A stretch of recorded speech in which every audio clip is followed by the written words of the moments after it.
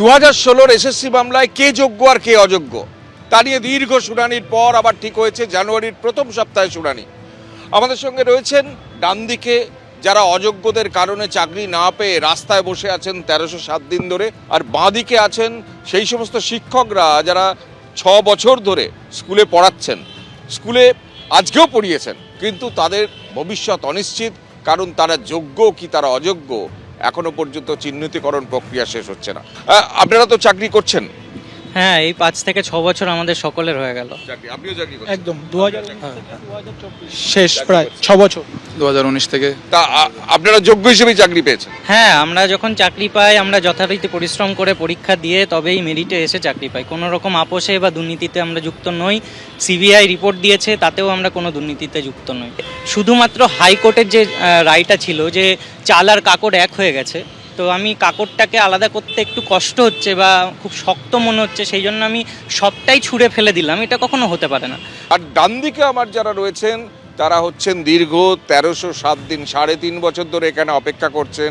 তারা বারবার দাবি করছেন যেভাবে চাকরি চুরি হয়েছে, যেভাবে দুর্নীতি হয়েছে, যেভাবে অযোগ্যরা চাকরি পেয়েছেন, তার ফলে তারা যোগ্য হওয়া সত্ত্বেও তারা কিন্তু চাকরি থেকে বঞ্চিত হয়েছেন। পুরো বিষয়টা কিন্তু একরকমভাবে এসএসসির ওপরেই এখনো পর্যন্ত ডিপেন্ডেন্ট। তারা যদি চাইতো পুরো বিষয়টা অনেক আগেই সমাধানের বিষয় চলে আসতো। এক্ষেত্রে আমরা বলবো পাচ্ছে না কেন, তার জন্য সদিচ্ছার যথেষ্ট অভাব আছে। পাশাপাশি আমাদের যারা বর্তমান সহযাত্রী, একই পথের পথিক, যারা এতদিন ধরে শিক্ষকতা পেশা থেকে করে এসেছিলেন, তারা যারা বৈধ, তারা যদি এতদিনভাবে সেই সিবিআই এর রিপোর্টটাকে সম্মান দিয়ে বলতো যে হ্যাঁ এটা আমার ওএমআর শিট, তাহলে হয়তো এই সংশয়বোধটা আসতো না। যেমন কিছুজন অবৈধ তারা বলছে যে না এই ওএমআর আমাদের না, ঠিক তেমনভাবে যারা মানে বৈধ তারা যদি বলতো না এই ওএমআরটা আমারই, সেই সংখ্যাটা যদি বেশি হতো, ঠিক যেরকমভাবে আমরা লড়াই করছি আজ 1307 দিন ধরে রাস্তায়, আজ 5 বছর ধরে রাস্তায় পড়ে আছি, ঠিক সেরকম পাশাপাশি যদি তারাও একটু আমাদের সাপোর্ট করতো যে না এই পুরো জিনিসটাতে একটা অবৈধ হয়েছে এবং সিবিআই রিপোর্টটাকে আমরা যথেষ্টভাবে স্যাংগুইটি নিয়ে স্বীকার করছি, দায় পুরোপুরিভাবে কমিশনের তথা রাজ্য সরকারের।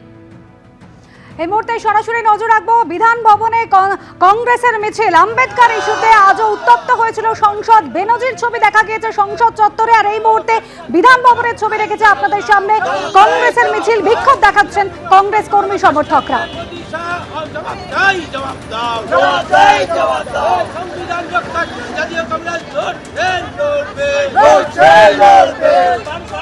এই মিছিল শুরুর আগেও বিজেপি এবং কংগ্রেস কর্মী সমর্থকদের মধ্যে হাতাহাতি হয়েছে, পরিস্থিতি উত্তপ্ত হয়েছে। তারপর এই মুহূর্তে বিক্ষোভ দেখাচ্ছেন কংগ্রেস সমর্থকরা।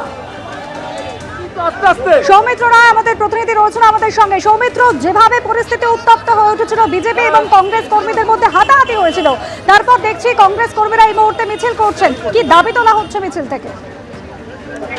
দেখো অনুষ্কা, তুমি দেখেছো কিছুক্ষণ আগেই কংগ্রেস এবং বিজেপি সমর্থকরা একেবারে মুখোমুখি হয়ে গেছিল। এন্টালিতে যে কংগ্রেস ভবন রয়েছে, সেই কংগ্রেস ভবনের সামনে একেবারে ধুন্ধুমার পরিস্থিতি হয়েছিল। ঠিক তারপরেই আমরা দেখতে পাচ্ছি যে কংগ্রেস নেতৃবৃন্দের তরফে এখানে একটি প্রতিবাদ মিছিল বার করা হয়েছে।